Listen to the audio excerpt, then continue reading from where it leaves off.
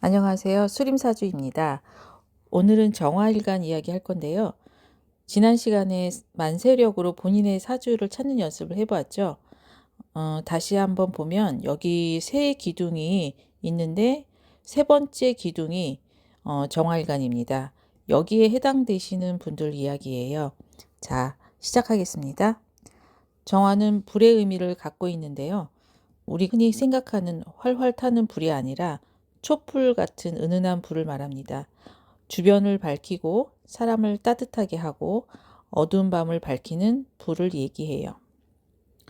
그래서 정화일관 분들을 보면 마음이 따뜻하고 정이 많으며 어딜 가도 사람이 잘 따릅니다. 그리고 정화일관 분들을 보면 눈이 반짝이고 촉촉해요. 사실 저도 정화일관입니다. 그래서 제가 주변 분들에게 물어보니 그렇다고 해요. 진짜인지는 모르겠습니다. 자, 근데 문제는 이 불이 남을 밝히는 데 사용하다 보니 정작 나를 태워서 주변을 살리는 경우가 많아요. 그래서 정화일관은 인생에서 어떤 시기가 오면 사람과의 관계나 직업의 흐름이 한 번씩 확 바뀌는 경험을 합니다. 잘 지내던 관계가 정리되기도 하고요. 생각 못한 기회가 들어오기도 하고요. 내가 해오던 것과 전혀 다른 길을 가기도 해요. 저도 이런 경험을 하고 있죠. 저는 미술을 전공하고 학원 일만 20년 가까이 했는데요. 50대에 들어서 사주 명리를 알게 되고 이렇게 유튜브까지 하고 있네요. 이게 운이 널뛰는 게 아니라 불의 쓰임이 바뀌는 과정이라 그래요. 자, 그럼 정화일간을 자세히 한번 들여다볼까요? 첫 번째 이야기는 정화일간이 겁재를 만났을 때 일어나는 일이고, 두 번째, 올해 겁재를 어떻게 재물운으로 끌어올지 현실적인 사례로 한 번씩 풀어보겠습니다. 첫 번째 정화일간이 운에서 겁재를 만난다는 건 어떤 거냐면 병원년 천간으로 병화가 겁재에 해당이 되죠. 엄청난 불기둥을 만났는데 겁재의 힘이 강하다고 볼 수 있죠. 우선 겁재가 뭘까요? 쓰임을 잘못하면 화가 되고 잘 쓰면 권력이 된다고 했어요. 옛 명리서에서 겁재를 말할 때 공통적으로 나오는 핵심은 세 가지입니다.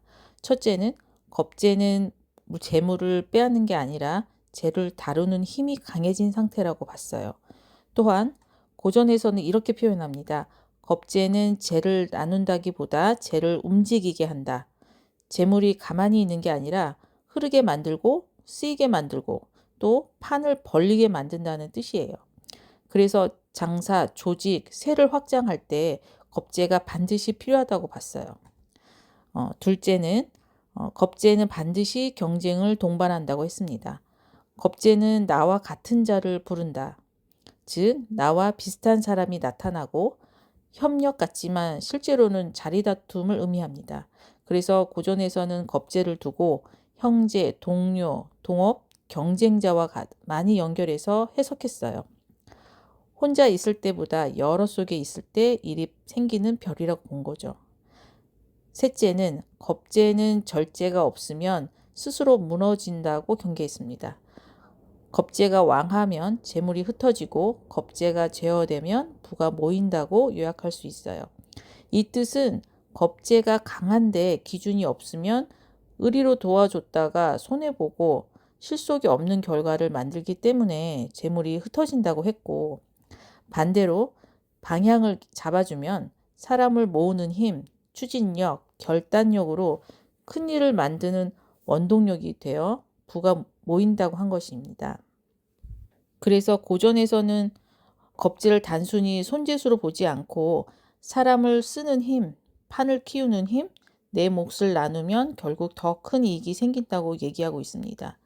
다만 전제가 하나 붙습니다. 겁재는 반드시 관성이나 규범을 만나야 귀해진다고 해서 잡아주는 기준이나 책임, 역할이 있을 때는 리더십이 되고 그게 없으면 충동과 소모로 흐른다고 본 겁니다. 이 관점을 알고 보면 현대에서 겁재를 어떻게 활용해야 하는지도 훨씬 현실적으로 보입니다. 자, 그럼 두 번째 이야기 재물운입니다. 이제 제일 궁금한 얘기 해볼게요. 그래서 정화일관은 겁재를 어떻게 활용해서 써야 돈이 되느냐입니다. 명리적으로 보면 순서가 있어요.